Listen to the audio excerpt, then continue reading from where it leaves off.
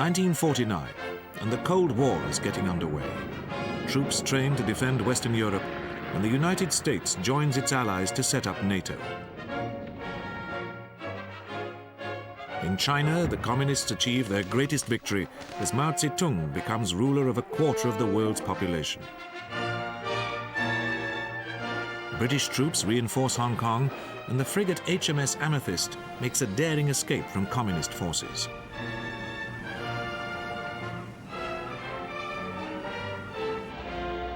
In London, the year opens cold, and with the city still gripped by post-war austerity. Smog shrouds the streets, and although there is a hint of better things to come when clothes rationing is abolished, the country is stunned when the pound is devalued, sending basic food prices up. There is turmoil in the financial markets, and the government exhorts British firms to take advantage of devaluation by launching a massive export drive. One unlikely figure who listened to the government's exhortations was a 69-year-old widow, Olivia Durand-Deacon. She had been left wealthy by her husband, who had been colonel of the Gloucestershire Regiment, and had been living comfortably at the Onslow Court Hotel in Kensington's elegant Queensgate for many years. Mrs. Durand-Deacon had had the idea to produce artificial fingernails from plastic and was looking for someone to help her exploit it. One of the hotel's other permanent guests seemed just the man, a dapper and friendly 39-year-old businessman named John Haigh.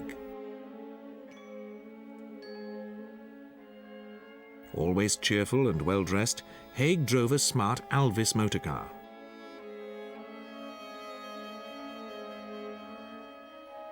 He told people at the hotel that he was the owner of a prosperous small factory in Crawley, about 50 miles south of London. When Mrs. Durand-Deacon approached John Haigh about her idea, he was extremely interested. He told the entrepreneurial widow that he would look into the type of material which would be needed for the fingernails and find out whether the necessary equipment could be accommodated at his factory. Haigh consulted his diary, and they agreed to go down there on the 18th of February to discuss the project. Haigh arranged to meet Mrs. Durand-Deacon outside the Army and Navy department store and drive her down to Crawley in his Alvis, but he later claimed that she failed to turn up.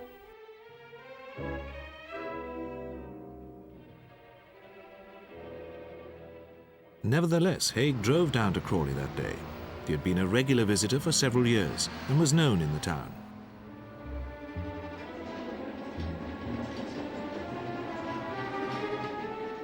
At about 4 o'clock, he was seen at the George Hotel in the centre of the town, having tea with a lady of a very similar appearance to Mrs. Durand-Deacon. 2.5 hours later, he popped into a nearby cafe, the Old Ancient Priors, for an egg on toast and a chat with Mr. Outram, the proprietor.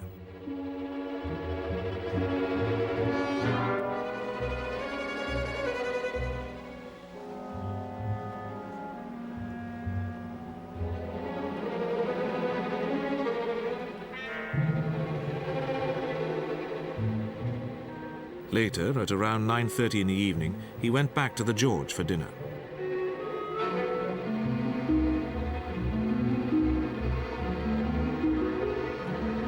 After enjoying a hearty meal, he drove back to London. The next morning, Mrs. Durand-Deacon was not at her usual table for breakfast. Expressing surprise, John Haigh asked another guest, Mrs. Constance Lane, who was rather less enamoured with him than some, if she had seen Mrs. Durand-Deacon. To his consternation, she knew all about their appointment, and he hastily explained that Mrs. Durand-Deacon had failed to meet him as arranged. Later that day, Haigh drove back down to Crawley. While there, he visited his premises and sold some jewellery for £110. He also left a Persian lamb coat for cleaning and called in at the George for a meal. As usual, he was quite open about his presence in the town.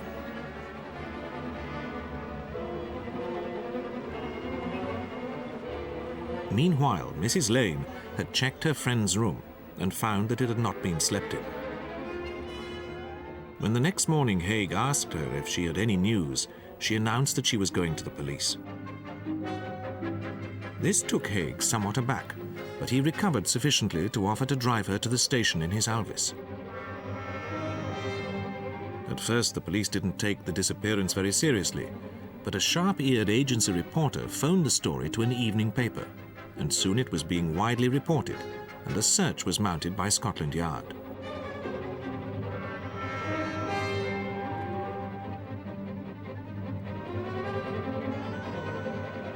Haigh's first interview seemed unsuspicious, as he explained that Mrs. Durand-Deacon had failed to turn up at their rendezvous. Back at the hotel, he confirmed his story in a lengthy statement.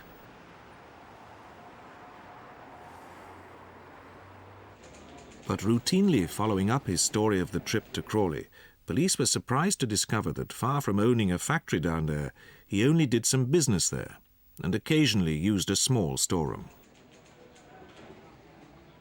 The police decided to question John Haigh again. He was interviewed a third time by a policewoman, Sergeant Alexandra Lambourne, who took an instant dislike to the little man. He seemed too eager to please. Nonetheless, he repeated his story without any apparent inconsistencies. Back at the station, she wrote a report saying that she felt uneasy about him and suggesting that his background should be investigated. Haigh complained to the press about police harassment. However, it turned out that Sergeant Lambourne was right to be suspicious. He had a long record as an accomplished conman, and had in fact been in prison 3 times for fraud, forgery, theft, and false pretenses.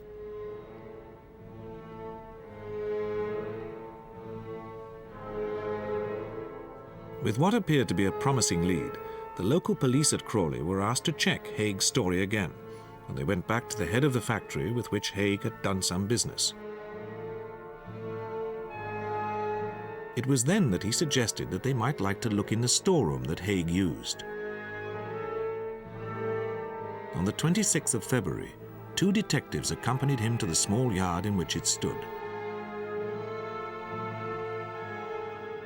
The yard still exists today, close to the centre of Crawley. The only set of keys had been lent to Haigh, so the detectives prized open the door. At first, the interior seemed quite ordinary, with various tools and tins, bottles and rags.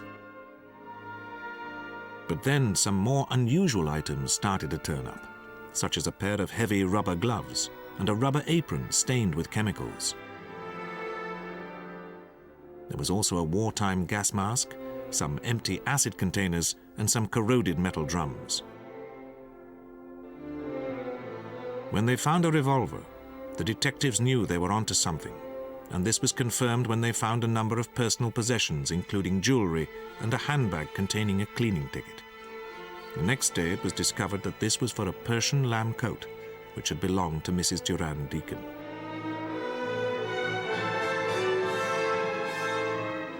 Immediately, the police went back to the Onslow Court Hotel and were waiting for Haigh when he drove up in his Alvis. He was brought in for further questioning and seemed quite unconcerned, dozing off while waiting to be interviewed. When Detective Inspector Shelley Symes asked him where Mrs. Durand-Deacon was, and then revealed that the police had found her jewelry and coat, he only seemed to hesitate briefly. Then Haigh launched into an extraordinary story, admitting that he had taken her belongings. The detectives warned him, but he went on. Mrs. Durand-Deacon no longer exists. She has disappeared completely, and no trace of her can ever be found again. I have destroyed her with acid. You will find the sludge that remains at Leopold Road. Every trace of her body is gone. With no trace of emotion, Haigh described how he had shot her and then put her body into a vat of acid to dissolve away. As he spoke with pride of the way in which he had planned and carried out the murder, it became apparent that Haigh was confident that without the body, the police would never be able to convict him. Throughout all his interviews, Haigh was to show no remorse or concern for his victims. Appalled detectives then listened as he claimed to have cut the side of her throat and drunk a glass of her blood before putting the body in the vat.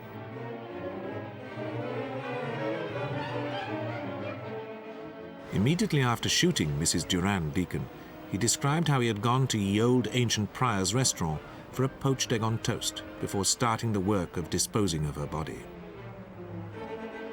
The body had taken several days to decompose completely, and Haigh had emptied out a lot of the sludge into the yard with a bucket and refilled the tank at least once before the process was complete.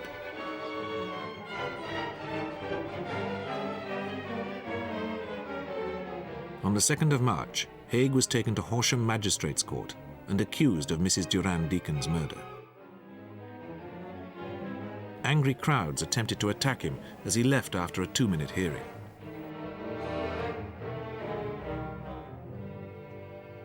Haigh's confidence that the police would never find a trace of the widow's body was soon rudely shattered by the forensic skill of Dr. Keith Simpson. Starting inside the storeroom, he found bloodstains which matched Mrs. Durand-Deacon's blood group. Then he turned his attention to the weed-covered yard and found the spot where Haigh had emptied the sludge. Soon he picked out a stone about the size of a cherry. It was the first of 3 human gallstones. Covered in fat, these would have taken weeks to disappear completely. Vastly encouraged by this first evidence of a human body, Dr. Simpson and his team continued their meticulous search of the yard. The press followed every development as news of the remains began to emerge. Public interest was intense, and crowds flocked to peer into the little yard as detectives continued their work.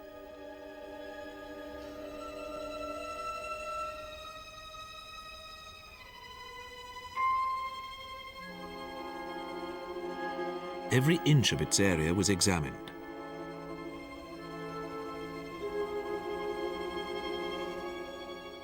Not all the reports which appeared in the press were strictly accurate.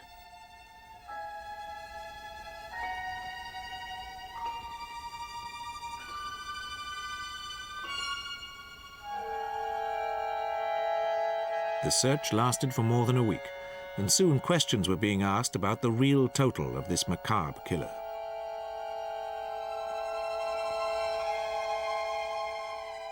Everything in the storeroom was taken away,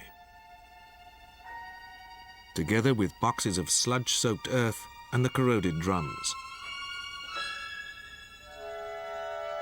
The crucial discovery was a set of false teeth which had not decomposed. They belonged to Mrs. Durand-Deacon. As the evidence against him piled up, the police were finding out more of Haigh's background. He was born in 1909 to parents who were strict members of the fundamentalist Christian sect, the Plymouth Brethren. All entertainment and sport were banned, and the boy repeatedly threatened with hellfire. As he grew up, he reacted against this strict upbringing and developed into a smooth and charming conman. He became an expert forger and committed many frauds, sometimes impersonating a lawyer. In 1934, Haigh got married, apparently as much as a means of escaping some of his victims as for any love for Beatrice Hamer, a former photographic model and waitress.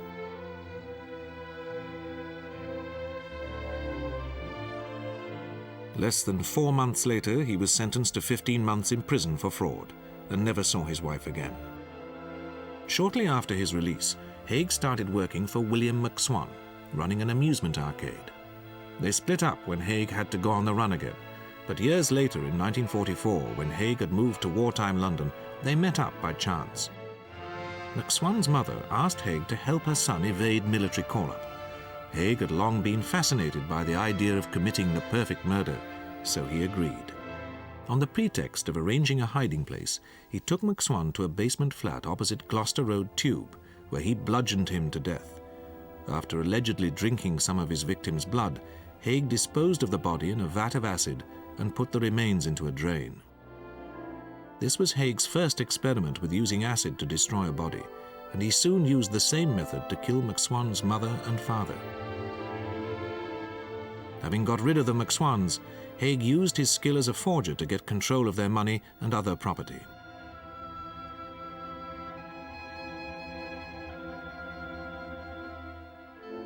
Amazingly, none of his letters aroused any suspicion, and so successful had Haigh been in disposing of the bodies that it was only when he admitted to these murders during questioning that the police found out about the appalling crimes which had been committed in the Gloucester Road basement.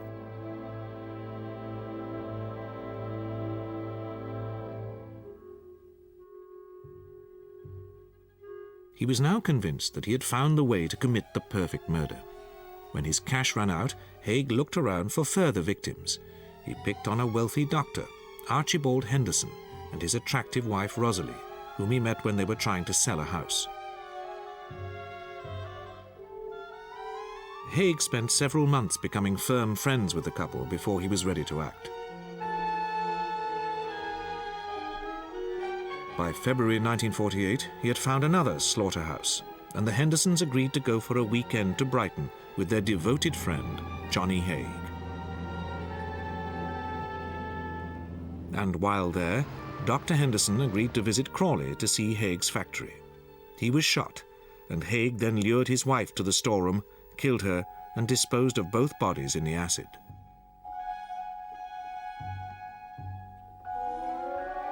Once again, he claimed to have drunk his victims' blood before disposing of them. He then forged a series of letters to get control of their property under the pretext that they had gone to South Africa, leaving him as their trustee. Such was his skill that neither their friends nor the banks ever suspected anything, and attempts were still being made to trace the Hendersons in South Africa a year later.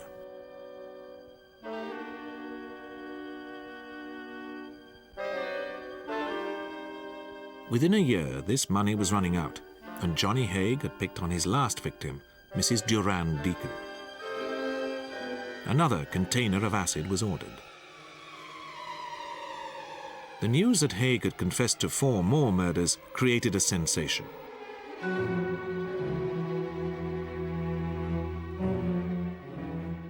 As the police searched the cellar at Gloucester Road and followed other information which Haigh seemed happy to give them, they found it hard to accept that in each case he claimed to have drunk the blood of his victims.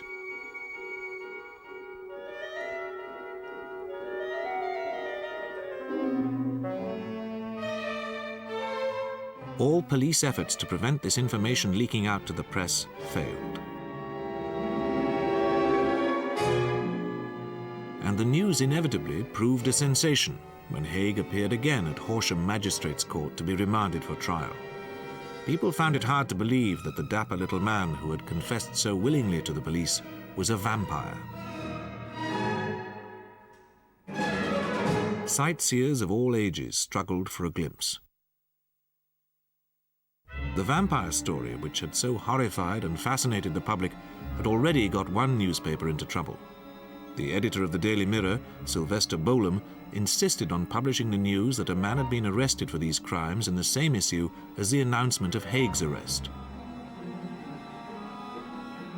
This was reckoned to be in contempt of court, since under English law, nothing prejudicial to an accused man can be published before his trial, and Bolam was jailed for 3 months and his newspaper fined.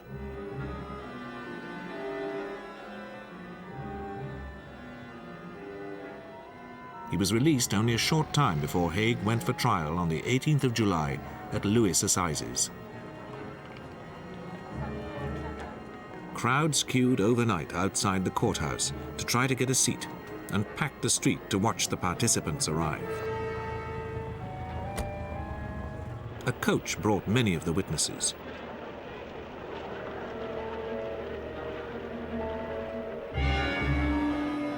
The newspapers did a roaring trade, but one person they were unable to find out anything about was Barbara Stevens, who smiled but said nothing about her 6-year friendship with Haigh.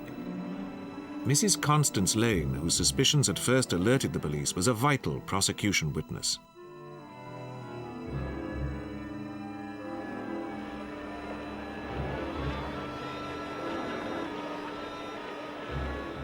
The trial was held before Sir Travers Humphreys, one of the most celebrated criminal judges of the era. Early in his career, he had been one of Oscar Wilde's defense team.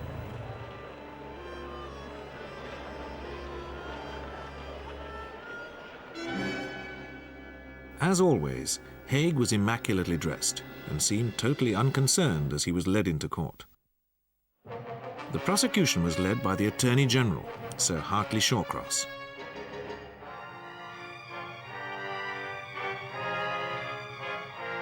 He immediately set out the full details of Haigh's macabre confessions during cross-examination of Detective Inspector Shelley Symes. Symes emphasized Haigh's belief that without a body, murder could not be proved.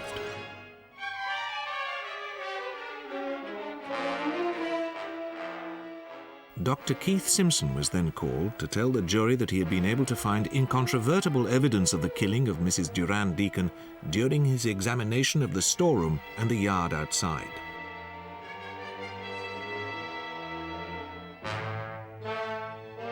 Step by step, the jury was told how the unsuspecting widow had been lured to the storeroom and shot.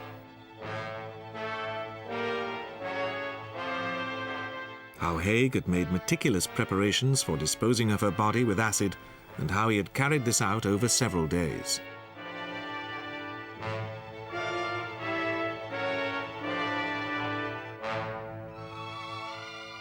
They heard how he had shown absolutely no remorse and seemed proud of his craftsmanship.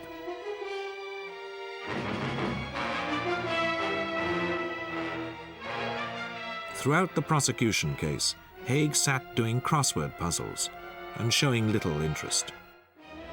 At no point did his defending counsel, Maxwell Fyfe, attempt to cross-examine any prosecution witness. He had decided that Haigh's only hope of avoiding the gallows was to be proved insane. When he opened the defense case, he immediately stated, "The disorder of mind which I submit has affected the reason of the accused is that rare but quite well-known type of mental aberration which is called, in psychological medicine, pure paranoia." A leading consultant, Dr. Henry Yellowlees, was called to testify to Haigh's paranoia. He proved unconvincing, several times rattled by questions from the judge. Maxwell Fyfe was unable to repair the bad impression made by his only defense witness. In cross-examination, Hartley Shawcross forced Yellowlees to admit that Haigh must have known he was doing wrong. The judge's summing up was scrupulous in setting out the defense's theory of paranoia, but the jury was unimpressed. On the 19th of July, they took only 13 minutes to find Haigh guilty. He was sentenced to hang for the murder of Mrs. Durand-Deacon. In the days before his execution, he again made headlines by asking for a rehearsal so that there should be no problems with his hanging. The request was refused, but at 9 o'clock on the morning of the 10th of August, Haigh was executed without any difficulties.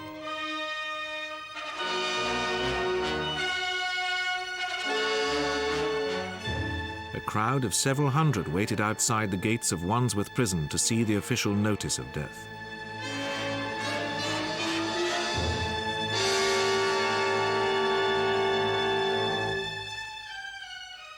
Meticulous to the last, Haigh donated his favorite suit and tie to Madame Tussaud's, so that his effigy should be as dapper as he always had been in life.